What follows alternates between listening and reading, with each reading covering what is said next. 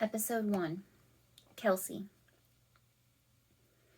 Prepare for landing, bitches, Jake announces flatly over the plane's intercom. The words settle in my stomach like a painful knot that twists and heightens the nausea I feel from my motion sickness. The last call has been too long in coming, and now I fear it is too late. We've already landed today, at first light, like we always do, but we were unable to fuel. I still haven't gotten a clear answer from Jake or Willis as to why. Something about the knobs being corroded off. They'd spent about an hour trying to jimmy-rig another way to fuel when Willis made the call, before we wasted too much daylight. "We're going to another airport," he called out, his voice loud and authoritative enough to break through the rising panic. Inability to fuel the plane is not an option. Our lives depend on it. 2 months ago, I would have found Willis maddeningly attractive. What 16-year-old doesn't have a thing for the Denzel Washington type? Tall, dark, muscular, and handsome, with numerous war scars and a deep, strong voice. As it is now, I view Willis as a means to my survival and someone else to help me keep my little sister safe. He knows things about planes, mechanics, and engines that I don't. Hence, he is valuable to me. I step into the cockpit, my own map book in hand, as Jake looks through the notes on his kneeboard. "How about Las Vegas?" he asks, looking at Willis in the co-pilot chair for approval. "East. I don't want to go east. Not yet. Not until the plane is full of fuel and the day is turning to dusk. The same as we have been doing for the past 6 weeks. We've settled into a pattern of visiting the same 11 airports for refueling. It kept things efficient when you knew where the refueling trucks were that the group had already hotwired. Every week or two, we would add a new airport. New airports were helpful for reminding you to stay alert when refueling or doing supply runs. Each one had new shadows to pay attention to. It was the shadows that had killed Julie, or the things in the shadows, rather. The things which could only survive in the shadows. There was only the slightest hesitation from the group when Willis made his statement that we took as a command. No one argues or questions when Willis or Jake tells you what to do. Willis knows how to fuel the plane. Jake knows how to fly it. That is all our survival is based on right now. I credit them for the fact that my sister and I are still alive. We narrowly survived the week before we met them. My little sister Courtney is the only one I know from before who is still living. "We've been there just as many times as we've been here," Willis rationalizes. "Who's to say the same thing hasn't happened there? I don't like the risk." "We've never marked this airport empty," I mutter, maybe a little too loudly, considering the cockpit door behind me is still open. Jake, Willis, and I each keep our own map records of what airports we've been to and what supplies are still there. We stick to the larger airports that have enough room for Jake to land the 737. It's a big plane, but it holds enough fuel with some to spare to get us through the night. I'm making my notes on my map as the plane descends, and my stomach does a roll in my belly. Even before all this, I never liked flying. It always made me sick. If we're lucky, we'll survive this, I think to myself. There is no way LAX could be out of fuel because of us. Just one plane every week or so. Willis said it wasn't a fuel problem.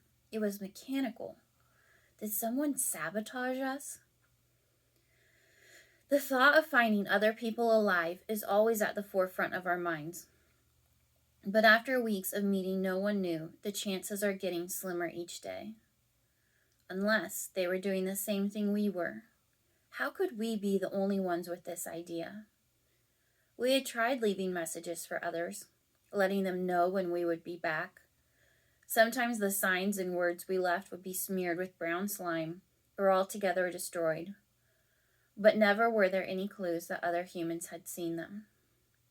We in this plane are the lucky ones. We have Jake and Willis. Without them, I'm sure we would all be dead. A shiver runs down my spine, breaking my arms and legs into goosebumps. In that instant, I am back in my house, the night that they came.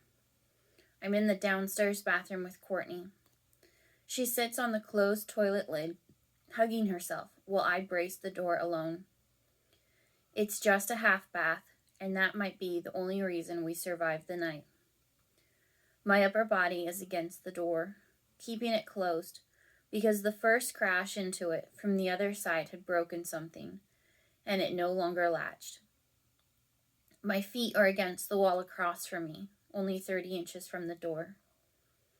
I remember Courtney crying uncontrollably, screaming each time whatever is on the other side rattles the door again. My body is soaked in sweat from the fear, adrenaline, and exertion. I pull myself out of my daymare. I visited that night often enough in my sleep that I wish I could forget it during the day.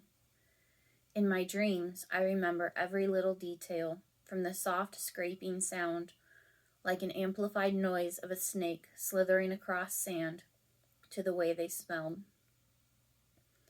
This plane is one of the few places left that doesn't smell like them.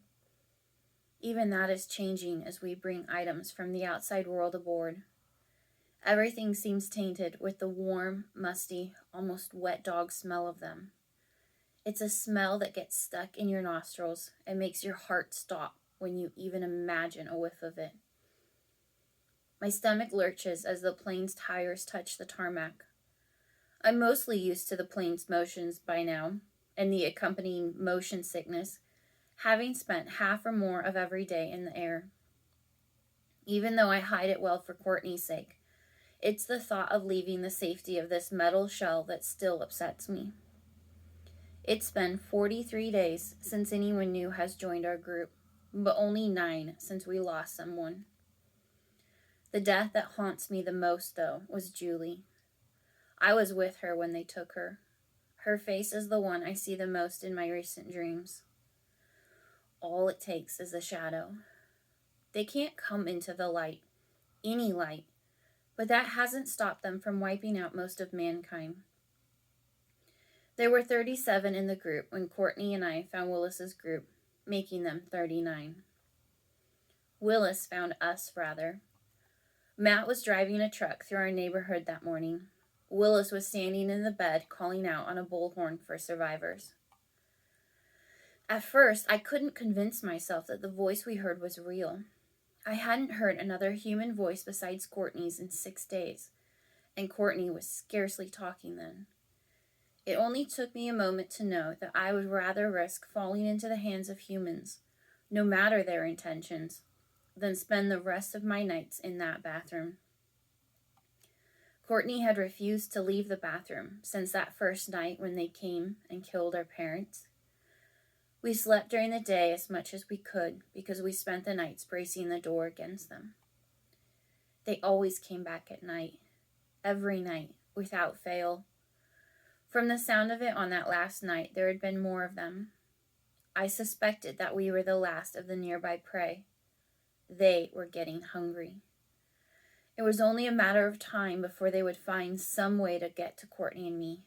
I had to do something. The power had given out 2 days before. We spent our nights in the glow of a camping lantern. I was sitting there sharing the last packet of toaster pastries with Courtney when I heard the voice. "Is anyone there? We have safety. We have safety." The words pulled at my being, even as my brain told me not to trust them. Don't get your hopes up.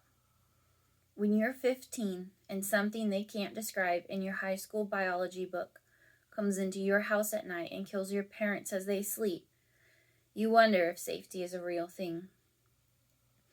"Is anyone alive? Please come out. We can help you." I look at Courtney, pleading with my eyes to be okay with meeting others. For the past week, she hasn't for one moment stopped looking like an injured baby deer. Courtney violently shakes her head no and leaves me in indecision agony. We can't stay here, though. I know that. Any night now could be the night that there are too many of them for us to hold back. The bathroom door is thin, and last night, in the middle of our nightly struggles, I heard it crack. The sound sent chills down my spine in spite of the sweat that fell from my forehead. These people could be the answer to my prayers.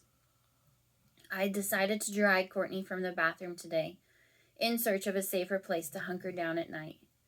If only we knew someone with a bomb shelter or something similar. I won't let these creatures tear Courtney apart the way they did our parents. I can still picture that night all so clearly. And that's the end of episode 1. I hope you enjoyed it.